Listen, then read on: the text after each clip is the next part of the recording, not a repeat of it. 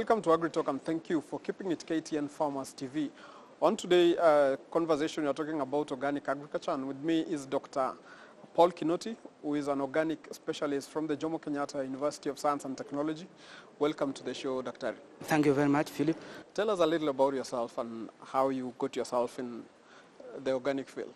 Thank you very much for that question. My name is Dr. Paul Kinoti from Jomo Kenyatta University of Agriculture and Technology, an institution that promotes safe and health use of products for our own consumption and, of course, for the welfare of the society and the environment. I got involved in organic agriculture as part of my research and, of course, as a result of being conscious to the well-being of the society, because we need to sustain the environment in which we are producing our crops, our livestock, and the general welfare of the humanity. So tell us a little bit about what organic agriculture is. Yeah, that's a very good question.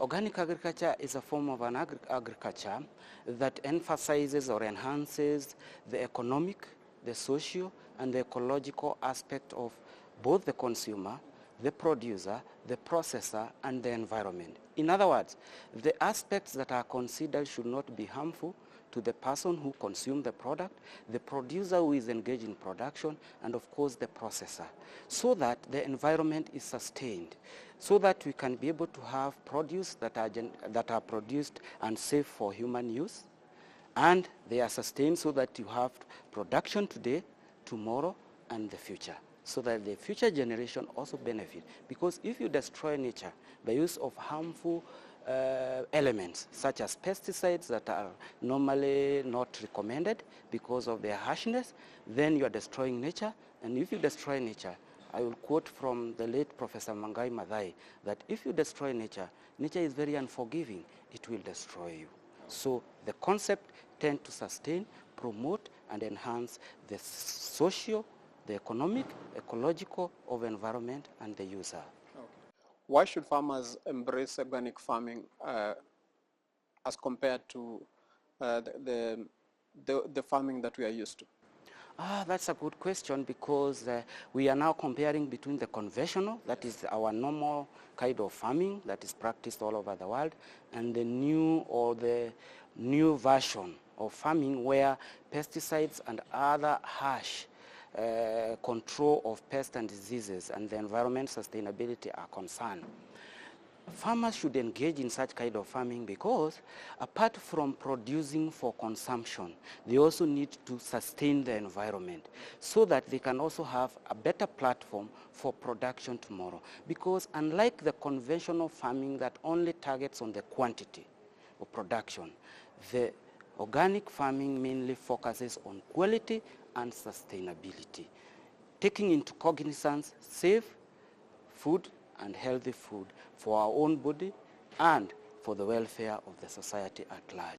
Are there examples of organic farming that we may, as a country, or that has been practiced in Kenya as we speak?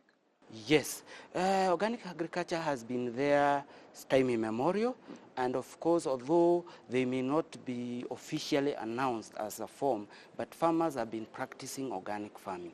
Taking an example, we find like, say, coffee farms. These people have not been using the inorganic fertilizer, and with inorganic fertilizer, I mean things like the normal commercial fertilizer we buy from DAP, CAN, urea. Okay. They have been using compost. They have been using farmyard manure. They have been doing crop rotation. And in so doing, they have been reducing the use of such toxic or those offensive or very harsh products. If you practice such kind of a farming, then you fall squarely within organic agriculture. Although organic agriculture goes beyond that, in the sense that it also takes into consideration before, during, and after the cultivation. Okay. Yes, indeed, there is organic agriculture that has been going on in Kenya. Okay. Yeah. When we talk about, you've talked about the benefits of organic farming, yes, the health benefits, but are there benefits that the soil also get from organic farming? Good question. Organic agriculture usually focuses on soil health. Okay. Because when you use, for example, the toxic pesticide, you are interfering with the ecological well-being of the soil microorganism. For example, the earthworm. some bacteria that are used, for example, in conversion of atmospheric nitrogen into organic nitrogen for use by the crops. And when you do so, then you are trying to minimize that effect. So in the long run, the soil is able to regrow because soil normally grows. So when you reduce the excessive use of such pesticide, you're also encouraging healthy growth of the soil. When you have higher microbial that are beneficial to the plants and to the soil, then you're enhancing the well-being of the soil. Okay. If I cannot use a conventional fertilizer in my farm, when you talk about mulching and all that, how long does it take to come up with that kind of a product for the soil? Good question. If you are to compare, for example, with the convention, and now in terms of those cultural practices you are mentioning, like rotation, green manure, compost, unlike now the conventional where the nutrients are supplied instantly, in organic agriculture, it requires some time. So if, for example, you are focusing on a production, say, for example, the month of June, then you need to produce a little bit earlier so that this material can have time to decompose. But don't forget, as they decompose, they are also enhancing the health of the soil. And of course, they are also taking consideration of our water aquifer, because unlike the conventional where the nutrients are released and maybe they contaminate the underground, in this case, because of the slow release, which is sustainable for a long time, then we don't see a lot of contamination. Okay. Yes. There've also been this clarion call for farmers to do soil testing. Do organic farmers also need to do regular soil tests? Exactly. Soil test is a very fundamental, important aspect in any form of agriculture, and particularly in organic farming. Because as a farmer, you need to quantify how much nutrients are available in the soil. What is the soil physical and chemical properties that influences nutrient uptake and plant growth in general? So before, for example, you apply a compost, you need to identify how many nutrients are available in the compost vis-a-vis or versus what is available in the soil, so that you can be able to quantify what quantity you can apply. So the first step towards application of any soil amendments or any soil improver to the soil is to start with a soil test. Okay. Yes. So what are the advantages of organic agriculture in relation to climate change and global warming? The advantages of organic agriculture are quite enormous. We are looking at the soil carbon. When we don't rationalize or we don't regulate the nature and in the form at which these products are added into the soil, we are likely to have a lot of carbon emission, which of course organic agriculture tries to block. And in so doing, global warming is a function of carbon, because when this carbon is emitted, it interferes with the ozone. So in terms of climate change or global warming, it's a positive direction. Why? Because it regulates the soil carbon, which in turn reduces what we call the emission, and which in turn reduces that kind of temperature fluctuation. Okay. In terms of which other aspect? We talked of global warming. And climate change. And climate change. They are more or less related. Okay. Yes. So in the recent past, the population has been growing. Yes. Not just in Kenya, but globally. And we've seen intense farmers now engaging in intense kind of farming. Are you sure that organic agriculture can feed the country, or can be produced in that intense kind of way? Thank you very much, Philip. I have to be honest. In terms of quantity, organic agriculture is less, because here you are not targeting, for example, maximum control of pests, which actually limit production globally, because we are looking at the threshold level. However, if we produce too much today, and then you destroy nature tomorrow, you will feed the world today, but tomorrow you're not having anything to feed on. Because first, the people you are feeding will have suffered from maybe health issues. Two, the environment in which you are trying to grow the crop is also interfered and destroyed. So although you are getting more from the conventional, in the long run it may not be sustainable and can even end up resulting into the aspect of global and climate. So to me, let's look at more of an integrative system where probably you have 70% organic and probably a little bit of it so that you can sustain the population. But this doesn't mean that you demean the organic. The point here is that let people understand that it's not all about eating. It's about eating health and safe food. Okay. Yeah. Some of us were not growing those days. Most of our parents or grandparents were not using fertilizer to grow their crops. So if that was organic farming, why did we abandon organic farming for conventional agriculture? Yeah, good question. The history of organic farming started way back when the population was small and the land size was quite massive. However, as the population increased, there was need now to increase more food production. People opted for easier and cheaper ways. Of course, little did they know that they were harming themselves or harming the environment. So, because of the need to produce more, to have quick and faster income, people now resorted into production of crops without using organic practices. That was the main reason. But of course, people later on realized that as much as they are producing to consume, they are also doing other harmful things. And now they are trying to revert back into their old system of farming. Okay. Yes. Are there laws and regulation governing the production or the practice of organic agriculture? Good question. I will answer it by saying yes, there are regulations internationally, and these regulations are normally under an organization called International Federation of Organic Agriculture Movement, IFOM, which is a non-governmental organization that brings together producer, processor, and consumers of organic agriculture products. Remember, organic agriculture covers both the livestock, covers the crops, and covers also the processors. So every organization that tries to advocate for organic farming must fit into the regulations within the IFOM. Of course, individual countries under IFOM have their own specific regulation that must conform to the global regulatory body.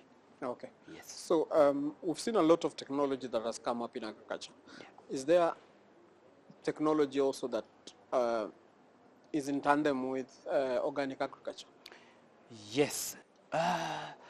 Science and technology captures on all aspects, conventional and the organic that we are now promoting. For instance, water is a major concern in agriculture. Organic agriculture enhances technology that involve harvesting and storage of water. 2, it enhances technology that will maximize release of nutrients from organically based products. For example, the manure, the compost, and how well to tap that particular nutrient so that it's not wasted, it's not excessively applied, and can benefit the crop that is in question. Yes, indeed, there are technologies and they are indeed being practiced. Can you give us examples? An example would be like, for example, initially farmers used to just apply ordinary manure. But in these days we have fertilizers that are organically processed, which are slow release, and they are commercially available. Unlike, for example, in the old way where you just harvest the garbage, or you get, for example, the leaves, and you just apply without even quantifying how much nutrient is available in terms of nitrogen, in terms of phosphorus, in terms of potassium. In this new technological advancement of organic agriculture, you have to quantify as an expert or as a farmer so that you know how much you are applying, to what extent are you applying, and to what area you are applying. What about technologies like hydroponics? Can it be applied in organic agriculture? Yes, of course the modalities now differ.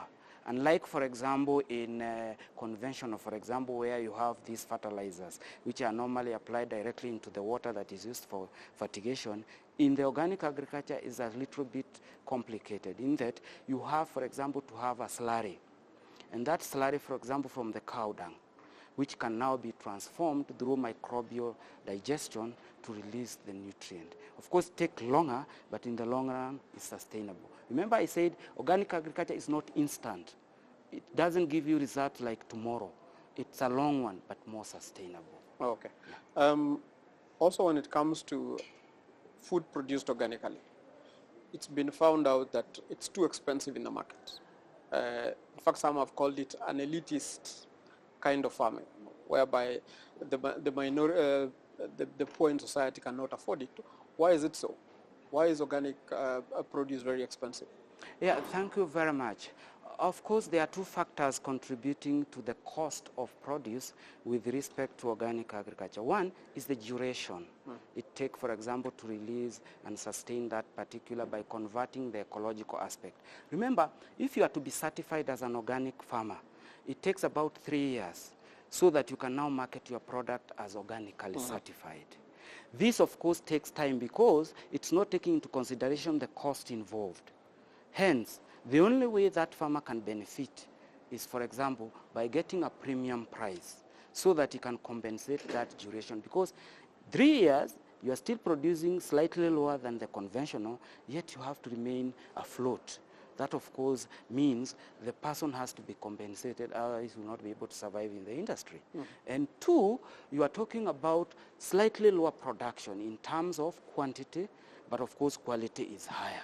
The only way you can compensate this person, because unlike, for example, let me take an example of thrips. Thrips is a major pest in most horticultural and agricultural produce. In conventional farming, it's a knockdown. Today you spot it, tomorrow is no more because you have applied the pesticide. So in terms of destruction is minimal. Conventionally you use threshold levels.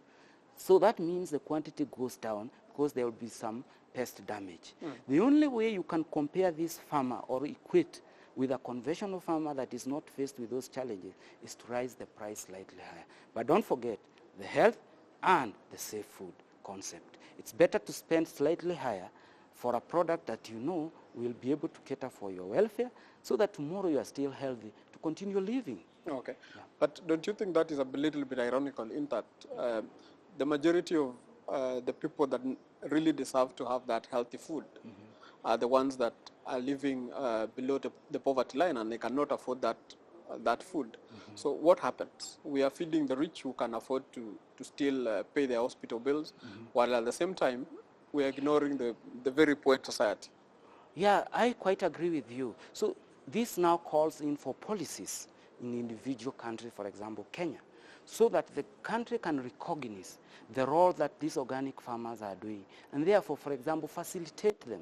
Like in other countries like Germany, like Austria, I've been in Austria myself, organic farmers are normally supported, unlike the conventional one, in terms of inputs, in terms of preferences, in terms of subsidies. If this was the case, then it will be easier to produce at a much lower and therefore be able to meet customer needs within their income. For instance, it is possible, for example, to produce a tomato with government support and policy that will cost slightly by 2 shillings compared to the conventional one. Ordinarily, a health-conscious person will sacrifice a little bit to get that value and to get that healthy aspect of it. Yes, I agree there are challenges, but those challenges in concerted effort with the government, because we also need to bring in the government to support, there is a possibility such prices are likely to go down if the farmers that are involved in organic farming are taken care of. Okay. As proponents of organic agriculture, have you engaged the government, especially for those policies that you're talking about? Yeah, the only easier way to approach this would have, for example, to have seminars, conferences, write research papers that we have been doing, and of course try to mobilize our legislators so that they can have such a bill, for example, in the parliament. Once such a bill goes there, then it becomes easier for the government now to implement. So the point is, we are doing our part as scientists and proponents, doing enough research, gathering enough data, and then, of course, suggesting ways in which this can be implemented. Now it's left to the political class to pick it from there, legislate it, and of course, with political goodwill, this is possible and achievable. Okay. So as research, this research that you've done on organic, have you presented it to these relevant authorities that are supposed to act on it? Yes, of course, we are planning, for example, because it's like now the institution, say, for example, Jomo Kenyatta, if I may talk about my institution, that we are now trying to plan and organize ways, because previously there were very scattered organizations that were actually promoting organic. It was not a very coherent kind of. It is now that people are now trying to come up, and for example, through our institution, where now we are trying to organize, for example, in a forum like this, where you have given me an opportunity to talk, and of course, invite our political people for a talk, for a discussion, and then from there, things start now moving. This is something we are planning, because the fact that it has not been happening before doesn't mean we should not continue in the future, because we are actually looking at how to solve a problem that has already started. Okay. How can you deal with it? What is the way forward? Okay. Yes. Thank you very much, Dr. Let's take a short commercial break, but we will be back shortly. Thank you.